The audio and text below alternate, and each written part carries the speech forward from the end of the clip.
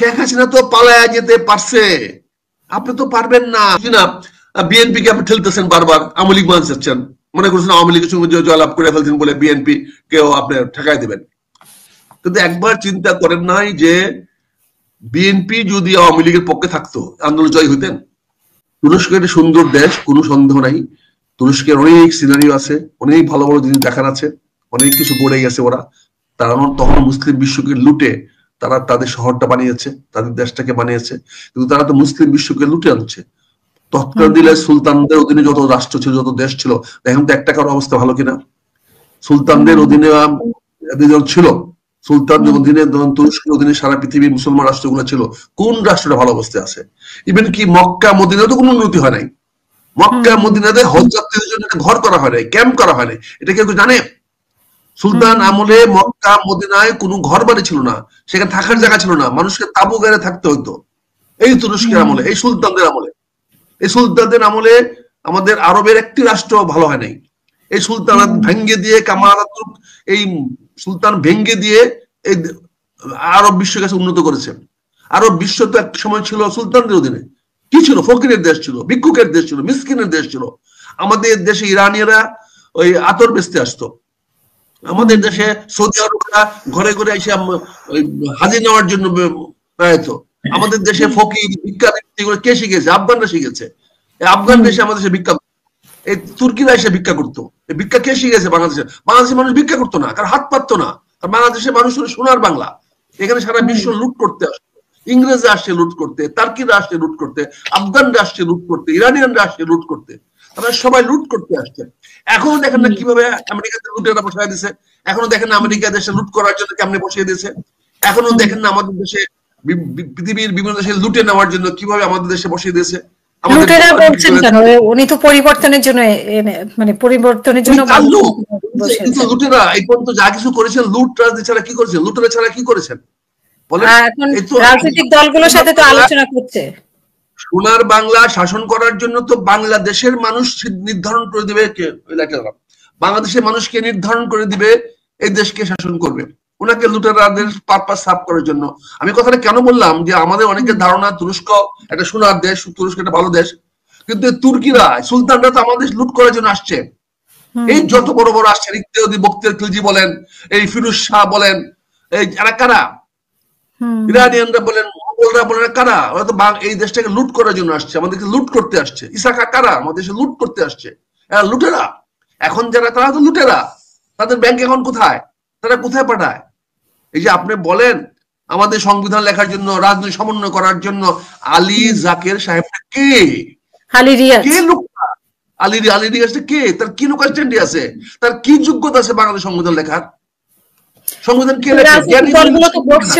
রাজনৈতিক দলগুলো তো ওনার সাথে বসছে, আলোচনা করছে। রাজনৈতিক দলগুলার এই অধঃপতনের কারণে তো শেখ হাসিনা 15 বছর দেশ শাসন করতে পারছে। এই রাজনৈতিক দলগুলো দেউলিয়াপনার কারণে তো অবস্থা হয়েছে। রাজনৈতিক দলগুলো এই আপনার কাছে কি মনে হয় যে একমত, মানে উনি তো বলছেন ন্যূনতম ঐক্যমতের ক্ষেত্রগুলো মানে চিহ্নিত করে সনদ করতে চান, আলী রিয়াজ যেটা বলেছেন। না, উনি ন্যূনতম, এটা কোনদিন হবে? এটা কোনদিন হবে? উনার এই চালাকি কে না বুঝে? বাচ্চারা পোলা মানুষ বুঝে এটা হবে? তো তাহলে এত আলোচনা কিসের জন্য? এটা সময় ক্ষেপণ করে উনি লুটতরাষ্ট্র পুরা করার জন্য। উনি এখন আছেন, ওনার তো হায়াত মত আল্লাহ জানে কদিন আছে, কিন্তু উনি কদিনই বা বাঁচবেন আবার বলেন? উনি এখন যে কাজটা করতেছেন, বাংলাদেশের সব মানুষের দিকে নিয়ে যাচ্ছেন। আমরা তো ওনাকে বারবার বলে আসছি যে আপনি ঘোষণা দিয়ে সরকার থাকেন। আমি তো আপনার অনুষ্ঠানে বহুবার বলেছি আপনি জাতীয় সরকার গঠন করে থাকেন, কিন্তু আপনি যে সমস্ত লোকগুলা নিয়ে আইসা সরকার বসাচ্ছেন, এদের বিরুদ্ধে তো বিদ্রোহ হইতে বাধ্য, সময়ের ব্যাপার। কিন্তু সেই বিদ্রোহ হইলে পরে কে ঠেকাবে? শেখ হাসিনা তো পালায়া যেতে পারছে, আপনি তো পারবেন না, পারবেন না স্যার। স্যার আপনাকে জুনের পরে থাকবেন না, তো জুনের মধ্যেই তো উনি সমস্ত কিছু পারবেন না। থাকবেন না মানে কি? জুন পর্যন্ত থাকতেই পারবেন না। উনি জুন পর্যন্ত থাকতেই পারবেন না। উনি যে গৃহযুদ্ধ দিয়েছেন, আপনি অনুষ্ঠানের মাধ্যমে আজকে লিখে রাখেন 31শে ডিসেম্বরের পরে এই সরকার থাকবে না। এই সরকার থাকার কোনো সুযোগ আর নাই। তো নির্বাচন কাদের অধীনে হবে? নির্বাচনে গুল্লি মারেন, দেশে গৃহযুদ্ধ হবে। 31শে ডিসেম্বরের আগে দেশে গৃহযুদ্ধ হবে, গৃহযুদ্ধ হবে। আমি আবার বলছি 31শে ডিসেম্বরের আগে দেশে গৃহযুদ্ধ হবে। কে করবে? আমাকে আমাকে বিএনপি করবে? বিএনপি করবে কেন? জনগণ করবে, গৃহযুদ্ধ হবে। 31শে ডিসেম্বর মানে থাকবেন কিভাবে? কে আপনাকে ম্যান্ডেট দিয়েছে? কে আপনাকে থাকার জন্য ম্যান্ডেট দিয়েছে? এই দেশে জনগণ আপনাকে ছেড়ে দিবে নাকি? এটা কি পোলাপান রাজত্ব পেয়েছেন? এই পোলাপান কি আমাদের নাই? কত হাজার পোলাপান চান, কত হাজার পোলাপান চান এই নামবে, ডিসেম্বর মাসে নামবে মাঠে, কত হাজার চান, কত লাখ চান। তখন দেখবেন আপনি কি করে ঠেকানো দেখে লক্ষ লক্ষ ছাত্র কিশোর যুবক নামবে ডিসেম্বরে মাঠে। উনি তো বলতেছেন যে মানে বিএনপি ছাড়া কেউই চাচ্ছে না বা কেউ। শেখ হাসিনা অনেক কিছু বলছে, শেখ হাসিনা অনেক কিছু বলতো, ক্ষমতা থেকে যা কিছু বলে। তো উনি যদি তাই হয় তাহলে সবাইকে ডাকেন কেন? ওরা লজ্জা করলো না যে সবাই যখন কালকে বলে আসলো, গতকালকে বলে আসলো ওনার সামনে যে ডিসেম্বর নির্বাচন দিতে হবে, বিএনপি ছাড়া আর অনেকে বললো, তখন ওনারা লজ্জা করলো না? আমি তো উনিকে শ্রদ্ধা, ওনাকে মানি। আমাকে উনি কেন নিজেকে বিতর্কিত করতেছেন? কেন করতেছেন? আমরা সবাই ওনাকে মানি। আমি তো বলছি আপনি থাকেন 5 বছর, আপনি আলী রিয়াজকে নিয়ে থাকতে পারবেন না, আপনার এই পরিষদ নিয়ে থাকতে পারবেন না, সম্ভব না। আপনি রেদওয়ানকে নিয়ে থাকতে পারবেন না, যে আমার সন্দীপ, যে আমার সেন্ট মার্টিন দিয়ে দিবে অন্যকে, যে সেন্ট মার্টিনে যেতে আমাকে বাধা দিবে, তাকে রাখতে পারবেন না আপনি। আমি বলেছি আপনি করিডোর দেন, করিডোর দেওয়া আমাদের প্রয়োজন আছে। রোহিঙ্গাদেরকে মায়ানমারে ফেরত পাঠাইতে হলে আরাকান আর্মিকে করিডোর দিতে হবে, এটা আপনি খোলামেলা বলেন। মায়ানমার আপনার সঙ্গে খেপলো কি না খেপলো এটা চিন্তা করেন কেন? আলোচনা করেন, মায়ানমারের সঙ্গে আলোচনা করেন। বাবা হয় তুমি তোমার আইন শৃঙ্খলা কন্ট্রোল করো, নিয়ন্ত্রণ করো, না হলে আমার এই রোহিঙ্গা থেকে তুমি নিয়ে নাও। আর তুমি যদি না নাও তাহলে আমি এদেরকে ওই করিডোর দিয়ে পাঠাতে বাধ্য হবো, আমি ওখানে পাঠাবো। এটা আলোচনা করেন না কেন? আপনি আলটিমেটাম দেন না কেন মায়ানমারকে? আপনি মায়ানমারকে দেন, আপনি মায়ানমারকে আপনি বলেন যে তুমি হয় রোহিঙ্গাকে নিবা, নাহলে আমি করিডোর দিব। I have this two choice. আমি সকল রোহিঙ্গাদেরকে নিয়ে আমি পুশব্যাক করবো, দেখে রোহিঙ্গাদেরকে পুশব্যাক করে দিয়ে আসবো। আপনি পারেন না, আপনি কথা বলবেন একটা, সকালে বিকালে বলবেন একটা। আপনি বিদেশিদের সামনে গিয়ে বলেন বাংলাদেশের রাজনীতির কথা। কেন এত দেউলিয়া কেন আপনি? আপনি বাংলাদেশের টেলিভিশন বাংলাদেশে বলতেন যে আমি এবারে বাবা ডিসেম্বর নির্বাচন দিতে পারবো না। উনি এই কথাটা যদি বলতেন আমার পক্ষে ডিসেম্বর নির্বাচন দেওয়া সম্ভব না, দেখতাম আমরা কেউ আপত্তি করে কিনা, দেখতাম ওনার কথাটাকে অমান্য করে কিনা কেউ। উনি ওই বিশ্ববিদ্যালয় পোলাপানের সামনে বলে আসবে, ওই দেশের পোলাপানের সামনে চলে আসবে, বলে আসবে বিএনপি কে তাই করে আসবে, বিএনপি ছাড়া কেউ নির্বাচন চায় না। তাহলে আপনি কোথায় যাবেন? আপনি ইউনূস সাহেব যদি সত্যি মনে করেন যে অন্য কোন উনি নির্বাচন ডিসেম্বরে দিবেন না, উনি জাতির উদ্দেশ্যে একটা ভাষণ দিয়ে বলতে পারতেন যেখানে আপনারা আমাদের কাছে এক্সপেক্ট করছেন ডিসেম্বরের আগে নির্বাচন, আমার পক্ষে ডিসেম্বরের আগে নির্বাচন দেওয়া সম্ভব না। আমি যে কর্মসূচিগুলো নিয়েছি, গ্রহণ করেছি, আমি চেষ্টা করতেছি এই কর্মসূচিগুলো আমি জুনের মধ্যে বাস্তবায়িত করব। জুনের মধ্যে বাস্তবায়িত করতে হবে না, মার্চের মধ্যে বাস্তবায়িত করতে হবে।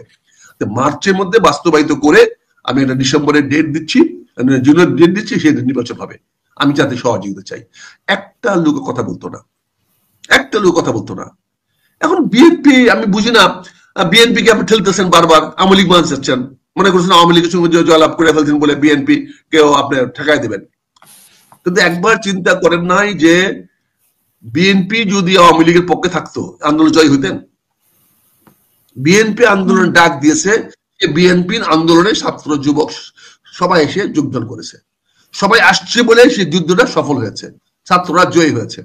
আমরা ইনফেন্ট্রি সোলজার দিকে পাঠাই, যুদ্ধটা করে ইনফেন্ট্রি সোলজার। এই যে আমরা যারা চর দখল করি, বিভিন্ন জায়গা দখল কারাই, বুড়া মসজিদে করি, বৃদ্ধ মসজিদে করাই, এগুলো তো পোলাপান করে। জায়গাটাকে পোলাপান লিখে দেই, ওই জায়গাটাকে পোলাপান মালিক হয়ে যায়। এই যে মিলকে আপনারা দখল করতেছে পোলাপানরা, মালিককে পোলাপান হচ্ছে? মালিক হচ্ছে নেতারা, বিভিন্ন নেতারা, জামাতের নেতা, বিএনপির নেতা। কে দখলবাস করতেছে না? এখন বাংলাদেশ দখল করছেন, করে মালিক হয়েছেন ডক্টর ইউনূস সাহেব। উনি কি রাজনীতি দখলে ছিল? উনি কি ছিল? ছেলেরা দিয়া, পোলাপানকে দিয়ে আমরা দখল করাইছি রাজ্যটা। শেখ হাসিনাকে দৌড়াইছি আমরা পোলাপানকে দিয়া, ছাত্রকে দিয়া, শিশুকে দিয়া, কিশোরকে দিয়া, ছেলেকে দিয়া, মেয়েকে দিয়া, যাদেরকে তারা গুলি করে মারতে পারবে না, যাদেরকে মারলে সমস্যা হবে, আমরা তাদেরকে দিয়ে সরাইছি। কিন্তু ক্ষমতাটা দখল করে দিয়েছেন জনাব ডক্টর ইউনূস। ডক্টর ইউনূসকে এই দেশে এই আন্দোলনের তার কি অবদান আছে? সে কি করেছে? কাজে দখলদার তো দখলদারি, সে বিভিন্ন দখল করবে। এখন ছাত্ররা আইসা যদি ক্ষমতায় বসতে চায়, আমি তো বলেছি যে বিপ্লবী সরকার গঠন করে ছাত্ররা থাকা উচিত ছিল, এবং ছাত্ররা এখন যদি বিপ্লবী সরকার গঠন করতে চায় করুক, আমরা সহযোগিতা করবো। ডক্টর ইউনূসকে ফেলে দিয়ে সে বিপ্লবী সরকার গঠন করুক, না ডক্টর ইউনূস সাহেবকে নিয়ে তারা বিপ্লবী সরকার গঠন করুক, যে কোনো একটা করুক।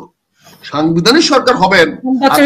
বলছেন যে, বা ছাত্ররা বলছে যে ডক্টর ইউনূস ছাত্রদের কোনো অংশ না, বা আমার ডক্টর ইউনূস কি ছাত্ররা, ডক্টর ইউনূস ছাত্রদের কোনো অংশ না, বা ডক্টর ইউনূস এত বড় বেইমানি কি করে করবেন?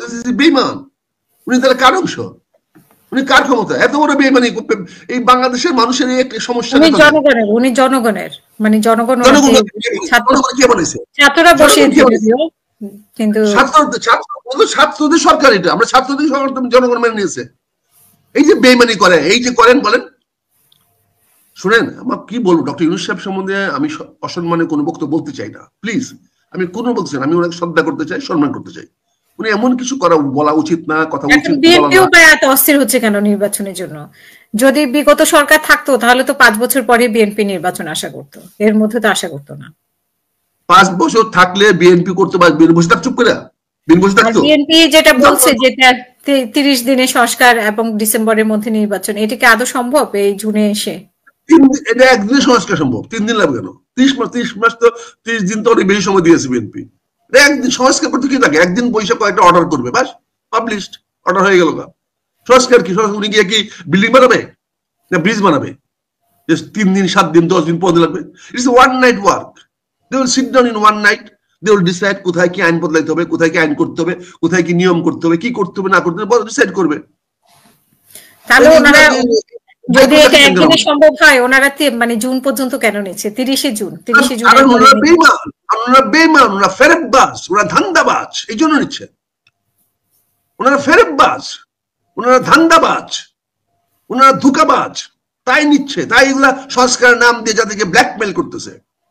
সংস্কার কি করতে চান উনি আজ পর্যন্ত বলেন না, কেন বলেন না? উনি কি সংস্কার করতে চান? হ্যাঁ, সংস্কারও করতে চাই, বিচারও করতে চাই, আর সেই সংস্কারগুলো না করেন কেন? আপনি শেখ হাসিনাকে ফাঁসি দিতে কি 1 ঘন্টা সময় লাগে বলেন? শেখ হাসিনাকে ফাঁসি দিবেন কি সাক্ষী সাবুত দিয়া? টেলিভিশনে ক্যামেরার মধ্যে বিচার করে শেখ হাসিনা ফাঁসি দিবেন? আরেক ধান্দাবাজি। শেখ হাসিনার ফাঁসি হবে সংসদের বলে ইয়ার সামনে, সোহরাওয়ার্দী উদ্যানে, আর নাহলে শহীদ মিনারের সামনে। 3 জনকে বিচারক নিয়োগ দিবেন, 3 জন বিচারকে শুনবে। আমি গিয়ে সেখানে অভিযোগ দিব শেখ হাসিনার বিরুদ্ধে, আপনি সাক্ষী দিবেন, হ্যাঁ কথাটা সত্যি, ওনারা সাক্ষী পানিশমেন্ট দিবেন, পানিশমেন্ট ডেথ, বাস হয়ে গেল। ডেথ ওয়ারেন্ট আপনি ইস্যু করে দেন, শেখ হাসিনা ফাঁসিপ্রাপ্ত আসামি, সারা পৃথিবীতে ঘুরে বেড়ান। এটা খেলা খেলেন না, সময় নেন আপনার। আমাদের টেলিভিশনে দেখায় জাতিকে বুঝান যে বিচারের ব্যবস্থা করতেছেন। এই জন্য বলছি ধোঁকাবাজ, ধান্দাবাজ, ধান্দা হচ্ছে এগুলা। শেখ হাসিনা বা আওয়ামী লীগকে বিচার করতে 1 দিন, 2 দিন, 3 দিন, বড় 7 দিন লাগে। ফর্মে কোর্ট, একটা আদালত করে শেখ হাসিনার বিচার হবে। কি এক বাকওয়াজ বানাইছে ইন্টারন্যাশনাল ট্রাইব্যুনাল কোর্ট। আর ইন্টারন্যাশনাল ট্রাইব্যুনাল কোর্টে বিচার হওয়া লোক তো এখন, ফাঁসি দেওয়া লোক তো রাস্তায় ঘুরে বেড়াচ্ছে। এই ইন্টারন্যাশনাল ট্রাইব্যুনাল কোর্ট থেকে যাকে ফাঁসি দিয়েছেন, সেই ফাঁসি আসামির লোক এখন ওই কোর্টের সামনে ঘুরে বেড়াচ্ছেন, চোখ রাঙাচ্ছেন এই কোর্টকে। আগামীকালও যে এই কোর্টের রায় কেউ চোখ রাঙাবে না, তার নিশ্চয়তা কে দিবে?